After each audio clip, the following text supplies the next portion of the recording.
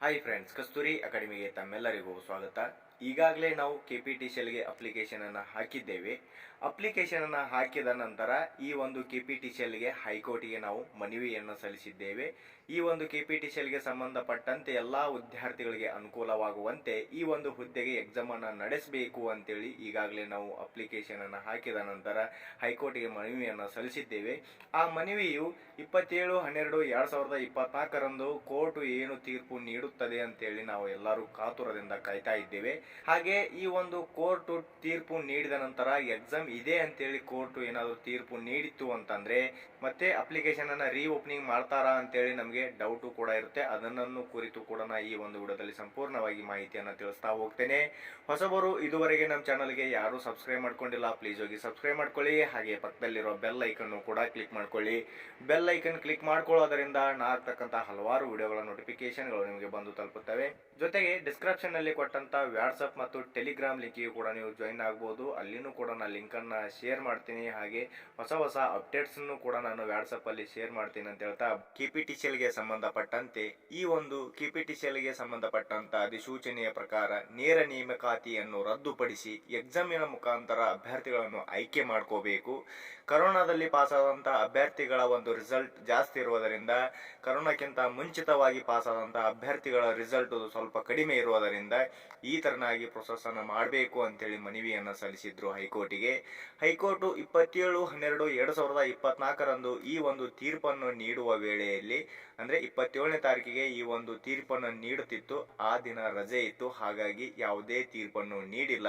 Pending ಇರುವ ಕಾರಣ ಈ ಒಂದು ಎಕ್ಸಾಮ್ ಅನ್ನು ನಡೆಸುತ್ತಾರಾ ಅಥವಾ ನಡೆಸೋದಿಲ್ವಾ ಅನ್ನೋದು ಕೂಡ ಇನ್ನು ಗೊಂದಲದಲ್ಲಿದ್ದೇವೆ. ಹಾಗಾಗಿ ಈ ತೀರ್ಪು ಬರುವವರೆಗೂ ಇನ್ನು ನಾವು ಕಾಯಲೇಬೇಕಾಗುತ್ತದೆ. ಹಾಗಾಗಿ ಈ ಒಂದು ತೀರ್ಪು ಬಂದ ಮೇಲೆ ಎಕ್ಸಾಮ್ ನಡೆಯುತ್ತೋ ಅಥವಾ ನಡೆಯೋದಿಲ್ಲವೋ ಅನ್ನೋದು ಕೂಡ ನಮಗೆ ಖಚಿತವಾಗಿ ಗೊತ್ತಾಗುತ್ತೆ. ಇನ್ನು ಒಂದು ವೇಳೆ ಈ ಒಂದು ತೀರ್ಪು ಎಕ್ಸಾಮ್ ಇದೆ ಅಂತ ಹೇಳಿ ತೀರ್ಪನ್ನು ನೀಡಿತು ಹೈಕೋರ್ಟ್ ಅಂತಂದ್ರೆ, ಈಗಾಗಲೇ ನಾವು ಅಪ್ಲಿಕೇಶನ್ ಹಾಕಿದ್ದೇವೆ. ಹಲವು ವಿದ್ಯಾರ್ಥಿಗಳು ಅಪ್ಲಿಕೇಶನ್ ಹಾಕಿಲ್ಲ. ಯಾಕೆ ಹಾಕಿಲ್ಲ ಆ ವಿದ್ಯಾರ್ಥಿಗಳು ಅಂತಂದ್ರೆ, ಪರ್ಸೆಂಟೇಜ್ ಕಡಿಮೆ ಇದ್ದ ಕಾರಣ, ಈ ಒಂದು ಹುದ್ದೆ ನೇರ ನೇಮಕಾತಿ ಇದ್ದ ಕಾರಣ, DD ಕಟ್ಟಿದ್ರು ಕೂಡ ಈ ಒಂದು ಲಿಸ್ಟಿಗೆ ನಮ್ಮ ಹೆಸರು ಬರದ ಕಾರಣ ಇನ್ನು ಹಲವು ವಿದ್ಯಾರ್ಥಿಗಳು ಅಪ್ಲಿಕೇಶನ್ ಅನ್ನ ಹಾಕಿಲ್ಲ. ಅಪ್ಲಿಕೇಶನ್ ಹಾಕಿರದ ಅಭ್ಯರ್ಥಿಗಳಿಗೆ ಏನಾದರೂ ಮತ್ತೆ ಅವಕಾಶ ಸಿಗತ್ತಾ? ಈ ಒಂದು ಹುದ್ದೆಗೆ ಮತ್ತೆ ಏನಾದರೂ ಎಕ್ಸಾಮ್ ಅನ್ನ ಕನ್ಫರ್ಮ್ ಆದ್ರೆ ಅಪ್ಲಿಕೇಶನ್ ಹಾಕದಿರದಂತ ವಿದ್ಯಾರ್ಥಿಗಳಿಗೆ ಏನಾದರೂ ಅವಕಾಶ ಸಿಗತ್ತಾ ಅಂತೇಳಿನೂ ಕೂಡ ನೀವು ಕೇಳಬಹುದು.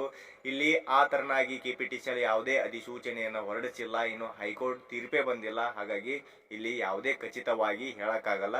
ಅಪ್ಲಿಕೇಶನ್ ಹಾಕಿದಂತ ವಿದ್ಯಾರ್ಥಿಗಳನ್ನು ಕೂಡ ನಾವು ಪೇಮೆಂಟ್ ಮಾಡಿಲ್ಲ ಸರ್, ಪರ್ಸೆಂಟೇಜ್ ಕಡಿಮೆ ಇದ್ದ ಕಾರಣ, ನಮಗೇನಾದ್ರು ಅವಕಾಶ ಸಿಗತ್ತಂತಾನು ಕೇಳಬಹುದು.